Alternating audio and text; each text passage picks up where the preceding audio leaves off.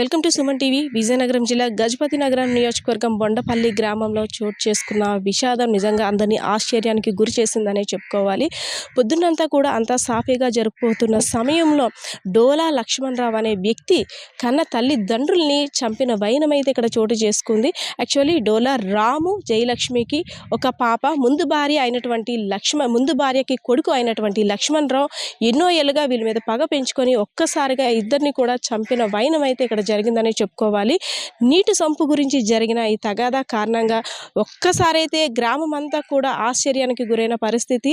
ఎప్పుడూ లేని ప్రశాంతంగా ఉండే ఈ బొండపల్లి గ్రామం ఎస్సీ కాలనీలో ఏంటి ఈ హత్య జరిగిందని అందరూ కూడా ఆశ్చర్యానికి గురవుతున్న పరిస్థితి. ఒకసారి మృతుల యొక్క బంధువులు కూడా మన ముందు ఉన్నారు, వాళ్ళని అడుగుదాం. అత్యాధునికమైన టెక్నాలజీతో ఫెర్టిలిటీ ట్రీట్మెంట్ అందిస్తోంది మెడిసి ఐవీఎఫ్. అమ్మ మీ దేవురమ్మా? సాలూరు ఇచ్చారు నన్ను. మీరు ఏమవుతారమ్మా? వీళ్ళ అక్కనే పెద్దమ్మ కూతురు. రాము వాళ్ళ అక్క డోలా రాము అంటే మృతుడు చనిపోయిన అతను వాళ్ళ అక్కనే పెద్దమ్మ కూతురు. అమ్మ మీరు వచ్చేసరికి అసలు ఏమైంది, మీకు ఈ విషయం ఎలా తెలుసు? ఇప్పుడు వచ్చాను, నాకు తెలియదు. ఇప్పుడు ఎక్కడ 1 గంట అయింది తెలిసింది. ఏంటమ్మా డోలా రామ్ అనే వ్యక్తి ఏం చేసేవాడు? ఫస్ట్ భార్యకి ఎందుకు దూరం అయ్యాడు? రెండో భార్యను చేసుకున్న తర్వాత చెప్తే ఆలకించండి. ఫస్ట్ భార్య పిల్లలప్పుడు ఇడిచిపెట్టి మరొకరు పోయింది. పోతే అలాగా కొన్నాళ్ళ పాటు ఉండి ఏదో ఒక గుడ్దని పెళ్లి చేసుకోయాడు. అప్పటికిప్పుడు 10 సంవత్సరాలు అవుతుంది. 10 సంవత్సరాలు అవుతుంది. అలాగే పిల్లలు పెంచుకోండు. ఇప్పుడు 10 సంవత్సరాలు అయిన తర్వాత ఇప్పుడు ఇది జరిగింది. ఇది కారణం. భార్యకి ఎంతమంది పిల్లలు? రెండో భార్యకి ఎంతమంది? ఒక ఆడపిల్ల ఒకటే వెనక భార్యకి. ఫస్ట్ భార్యకి 2 కొడుకులే. ఇప్పుడు పెద్దోడు, ఇప్పుడు నరికినోడు చిన్నోడు. పెద్దయినా మీరు చనిపోయిన రాము గారి అన్నయ్య కదా, ఏం చేస్తుండేవారు ఆయన రాము గారు? రామ మెడికల్ షాపుల్లో ఏదో మందులు అమ్ముకుంటే డబ్బులు ఇచ్చేవారు. ఆ కూలి ఏదో సైకిల్ ఏదో గాలి పొట్టు ఇది కొడితే వాళ్ళు ఈ మెడికల్ షాపు డబ్బులు ఇచ్చేవారు అంతే. అదే ఎవరు కానీ ఒక కారణం ఇసుకైతే 50 100 అయితే తెచ్చుకుని అలా జీవించారు అంతే. చుట్టుపక్కల ఏదైనా పనులకు నిమిత్తం అవసరం అయితే ఇతను వెళ్ళి చేసేవారు. చిన్న చిన్న పనులకే చిన్న తెలుసు కదా, అవి చేసేవాడు. ఏదో కాణిపారికి అయితే తెచ్చుకుని వాళ్ళు జీవించారు. మీరు ఒక కుటుంబం ఎప్పుడైనా సరే ఇలాగా పెద్దోడు లక్ష్మణరావు, ఇలాగా పెద్ద భార్య కొడుకు లక్ష్మణరావు ఈ విధంగా దురుసుగా ప్రవర్తిస్తున్నాడు, లేదంటే ఇలా తగువైంది, ఏంటి వాడికి బుద్ధి చెప్పండి, మా మీద ఇలా గుర్రుగా ఉన్నాడు, ఎప్పుడైనా ఈ మాటలు ప్రస్తావించుకో? కిందటి ఆదివారం అడిగాను ఇప్పుడు నరికినోడిని, ఏమరా అబ్బాయి అని ఈ డొంకలంటే వాళ్ళు అంతా బాగు చేసాం.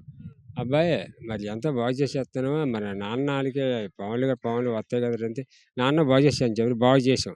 బాగు చేస్తే మా బాగు చేస్తే అక్కడికి వెళ్ళిపోయాడు. చెరువు అతను కొమ్ము చెరువు ఉంది, అక్కడికి వెళ్ళిపోయిన తర్వాత అన్నాడు, నాన్న గెంజోలేదు అన్నాడు.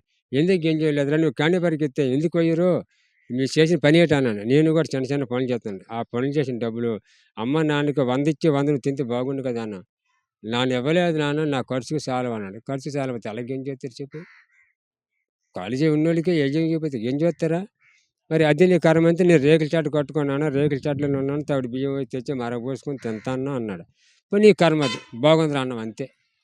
బాగుంది ఇప్పుడు మరగపోసుకొని తిను, నీకు పెళ్ళి పెళ్ళికలు లేవు, అలాగుంటే నీకు ఓళ్ళే పిల్లనిస్తారా అని అన్నాం. ఆ మాట. పెద్ద భార్యకి 2 కొడుకులు కదా, చిన్నవాడు నరికిస్తాడు. అదే పెద్దలు ఉన్నాడు, చిన్న అబ్బాయి చేశాడు, పెద్ద అబ్బాయి అదిగో ఉన్నాడు. అయితే ఇప్పుడు వచ్చాడు నరికిన తర్వాత వచ్చాడు, దొక్క పడతాడు, ఇంకేం చేస్తాడు? ఈ చంపిన అబ్బాయి లక్ష్మణరావు ఏం చేస్తుండేవాడు పని? చెబుతానండి, ఏదో చిన్న చిన్న పనులకి వెళ్ళిపోయాడు, ఏదో కూలి నాలుగు పోయా డబ్బులు తెచ్చుకుని త్యాగు చూడు, ఇంటికాడ బతి తల్లిదండ్రులకి ఏం చేస్తారేంటి? నాయనా నువ్వు తెచ్చిన డబ్బులు ఇవ్వకపోతే ఎలాగంటే ఒకరోజు చేస్తే నీ ఇష్టం ఎలాగా అలాగా తిట్టుకుంటే మరి ఎలాగవద్దండి? ఆ దుఃఖమే, మరి ఇంకేం దుఃఖం? అయ్యాయా లేదంటే తల్లిదండ్రులు పెళ్ళిళ్ళు 2 కావాలా, 2 పిల్లలు కావాలా? 2 పిల్లలకి పెళ్ళిళ్ళు అవ్వలే. అంటే పిల్ల అనాథగా మిగిలిపోయింది, చూసారు, ఏం చేస్తారు మరి? మనవాడు చేస్తాను, నువ్వు నన్ను ఏం చేయగలను, నువ్వు నేను ఏం చేస్తాను చెప్పు? అనాథ పిల్లే మరి తప్పదు కదా. మరి తల్లి ఉన్నా బాగుండు, తండ్రి ఉన్నా బాగుండు, మరి తల్లి లేదు తండ్రి నేడు, ఏం చేస్తాం? మరి మనమే పెంచాలా, ఇదిగా వాళ్ళని ఆడే పెంచాలా. మీరు డోలా రాము వాళ్ళ పెద్ద అబ్బాయా? మీ పేరండి? నా పేరు డోల్ పైడ్రస్ అండి. ఏం చేస్తారు సార్ మీరు? నేను జూనియర్ లెక్చరర్గా వర్క్ చేస్తానండి ప్రైవేట్ స్కూల్లో. మీ బ్రదర్ కదా లక్ష్మణరావు, అంటే ఈ చూసారు ఈ పరిస్థితిని, అంటే ఈ తగులు గురించి కానీ, లేదు ఇంట్లో ఈ సిచ్యువేషన్ ఇలా జరుగుతుంది కానీ ఏమైనా మీకు ఐడియా ఉందా? ఏం ఐడియా లేదు మేడం. ఈరోజు నేను జాబ్లో ఉంటుండగా నాకు ఫోన్ వచ్చింది. మీ అమ్మ నాన్న చనిపోయారని. నాకు వచ్చి సార్ ఏమైందని అడిగితే నాకు ఎవరేం చెప్పట్లేదు. మీ అమ్మ నాన్న చనిపోయారన్నారు. ఇక్కడ రండి అనేసి అన్నారు. సార్ అంటే రీసెంట్గా మీ బ్రదర్తో మీరు ఫోన్లో మాట్లాడుంటారు అమ్మా నాన్నతో మామూలుగా అంటే ఒక పండగ నేపథ్యం గురించో లేదంటే అమ్మా నాన్న యోగక్షేమం ఎలా ఉందో మాట్లాడుంటారు. అప్పుడు ఏమైనా అంటే పరిస్థితి ఇలా ఉందమ్మా ఇలా జరుగుతుంది అని ఏమైనా ఈ టాపిక్ డిస్కస్ చేయడం కానీ తమ్ముడు మానసిక స్థితి బాగాలేదని కానీ లేదంటే ఏమైనా ఈ విషయం డిస్కస్ చేసుకున్నారు? అసలు ఏం డిస్కస్ చేసుకోలేదు ఎలా మేడం. ఉండేవాడు అసలు మీతో అబ్బాయి? మా తమ్ముడు వచ్చిన తర్వాత మేమైనా మాట్లాడుకోము. బాగున్నాను అంటాడు. బాగున్నావు ఏటో తమ్ముడు అంటే బాగున్నావు అంటాడు. నన్ను బాగున్నావు ఏటంటే బాగున్నాను. అంతకు మించి మేమేం మాట్లాడుకోము. ఇప్పుడు అమ్మా నాన్న ఎలా చూసుకునేవారు ముగ్గురు? ఇప్పుడు ముందు భార్యకి పుట్టిన వాళ్ళు మీ ఇద్దరు, తర్వాత చెల్లుంది, మీ ముగ్గురిని ఎలా చూసుకునేవారు? మా అమ్మ ఎప్పుడైనా ఒకటే అనేది, తినండి, చదువుకోండి, బాగుపడండి అనేవారు. అంతకుమించి ఇంకేమన్నారు. నేను పీజీ కానీ ఆంధ్ర యూనివర్సిటీలో చదివాను. అక్కడే ఉంటుండగా వీళ్ళిద్దరూ వేరే వేరే అయిపోయారు. ఎందుకు వేరే అయిపోయారంటే నేను ఇలాగే ఉంటున్నాను అన్నాడు. సరే నీ ఇష్టమైతే అన్నాను. అమ్మాల దగ్గర నుండి ఆ తమ్ముడు ఇంకా వేరేగా వచ్చేస్తాడు ఈ షెడ్లోకి వచ్చేసి తనే ఇంకా ఫుడ్ అదంతా తనే ఎవరి మీద డిపెండ్ అవ్వలేదు. సో అప్పటి నుండి కూడా అంటే ఒక కసి ఏమైనా పెంచుకున్నాడా? ఏదైనా ఆస్తి తగాదాలా ఏమై? అప్పుడు విడిపోయి గత 5-6 సంవత్సరాలు అయింది మేడం. అప్పటి నుంచి కూడా వాళ్ళు వేరేగా ఉన్నారు. అతను వీళ్ళు చూస్తే మా అమ్మ నాన్న ఏటండ్రో వాళ్ళు కూడా వీళ్ళు ఏమన్నారు కాదు. మరి ఏమైంది మరి సడన్గా ఈరోజు వాళ్ళు ఫోన్ చేసి అలా జరిగింది. అంటే అన్యం పుణ్యం ఎరగని చెల్లి వయసు కూడా చాలా చిన్నది ఈ అమ్మాయి. అమ్మ చెల్లి చూసావు చాలా చిన్న వయసు. నిజంగా అంటే ఏంటో పాలో నీలో కూడా తెలియని పరిస్థితిలో ఉంది ఆ పిల్ల. ఏం చెప్తుందో కూడా తనకు అర్థం కావట్లేదు. అమ్మ నాన్న నేను వచ్చేసరికి అమ్మ నాన్న ఉంటారు, అమ్మ దగ్గర కూర్చోవచ్చు అనుకొని వద్దాం అనుకునే పిల్ల ఒక్కసారిగా అమ్మ నాన్న ఇలా చూసేసరికి తను కూడా ఆశ్చర్యానికి గురైంది. ఏమవుతుందో కూడా ఏం చెప్తుందో కూడా తెలియని పరిస్థితి. ఇప్పుడు తన గురించి ఏం ఆలోచిస్తుంది? తనకు చిన్నపిల్ల, తనకేం తెలియదు. నేను కూడా సాయంత్రం వచ్చేసరికి మాట్లాడదాం, అమ్మ నాన్నతో మాట్లాడదాం, రేపు సండే ఇంటికి వద్దాం మాట్లాడదాం అనుకున్నాను. ఈ లోపు ఇలా జరిగిపోయింది. అంటే అమ్మ తరపు బంధువులు గాని ఎవరైనా సరే, నాన్న ఇలాగ ఇంట్లో అవుతుంది, ఇలా కొంచెం తమ్ముడికి నచ్చచెప్పండి, ఇలా అవుతుంది. చుట్టుపక్కల వాళ్ళు కూడా అంటే అన్ని మెంటాలిటీ చుట్టుపక్కల వాళ్ళకి కూడా ఆల్మోస్ట్ తెలిసుంటది. నీటి పైపు గురించి, ఆ స్థలం గురించి అంటే కొంచెం ఇదొక ఆలోచించాల్సిన విషయం. ఏదున్నా ఆస్తి మీకోసమే. సో దీని గురించి అంత ఫాస్ట్ డెసిషన్ ఎలా తీసుకున్నాడు? మాకంటే ఆస్తి ఏం లేదండి. మాకు ఇంద్రం ఇచ్చిన ఇల్లు, ఇప్పుడు నేను కట్టుకున్న ఇల్లు తప్ప మాకు ఇంకేం లేవు ఎక్కడ కూడా. ఒకళ్ళు కొట్టుకోవాలని ఇన్ని సంవత్సరాలు కూడా అవసరం లేదు. ఏం జరిగిందో చంపినోడికి చనిపోయిన వాళ్ళకి తప్ప ఇంక మరి నాకైతే తెలీదు. మా చెల్లి కూడా ఏం తెలియదు. మా చెల్లి స్కూల్లో ఉంది, నేను కాలేజీలో చెప్పుకుంటాను. మాకు అక్కడ చూసిన వాళ్ళు ఎవరైనా చెప్తే తెలియడం తప్ప మాకు ఏం తెలియదు. పరిస్థితి ఎలా ఉందంటే అమ్మ నాన్న ఇలా అయిపోయారని బాధపడాలో తెలియదు, లేదు అన్నీ ఇలా ఎందుకు చేశాడని ఆలోచించాలో అని కూడా తెలియదు. అసలు నువ్వేం కోరుకుంటున్నావు? నేను ఎప్పుడు కలిసి ఉండాలనే కోరుకుంటున్నాను.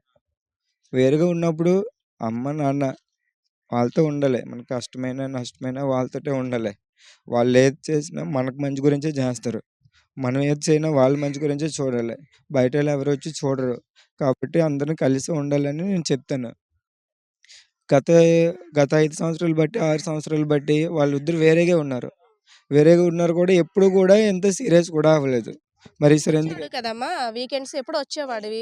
అప్పుడు అన్నయ్య దగ్గరికి వెళ్ళి మాట్లాడినప్పుడు ఎందుకు అన్నయ్య ఇలా ఉంటున్నావు ఒక్కడివి, ఈ లోన్లీగా ఉండడం వల్ల నీకే సారీ అదే మీ తమ్ముడిని ఎందుకు తమ్ముడు ఇలా ఉంటున్నావు లోన్లీ ప్లేస్లో అని అదేదో కలిసి నేను అడిగాను, ఎందుకు వేరేగా ఉండడము, నువ్వు తెచ్చుకున్న దాంట్లోని ఇస్తే ఇవ్వు, లేకపోతే నీ మట్టుగా నువ్వు తిను, ఎందుకు అమ్మ నాన్నలతో గొడవ వద్దు, వేరుగా ఉండడము, వాళ్ళతోటి నువ్వు ఉండు, కష్టమైన సుఖమైన వాళ్ళే మనకుంటారు, మనం వాళ్ళకు ఉండాలి, వాళ్ళు ముసలి అయిపోయిన తర్వాత మనమే కదా చూడాలి, లేకపోతే మన కుంట్లో బాగపోతే వాళ్ళే కూడా చూడాలి, ఈ మతం దానికి ఎందుకు వేరుగా ఉండడం, ఒక దగ్గరే ఉండండి అని చెప్పాను. వచ్చినప్పుడల్లా నేను ఇదే చెప్తాను మేడం.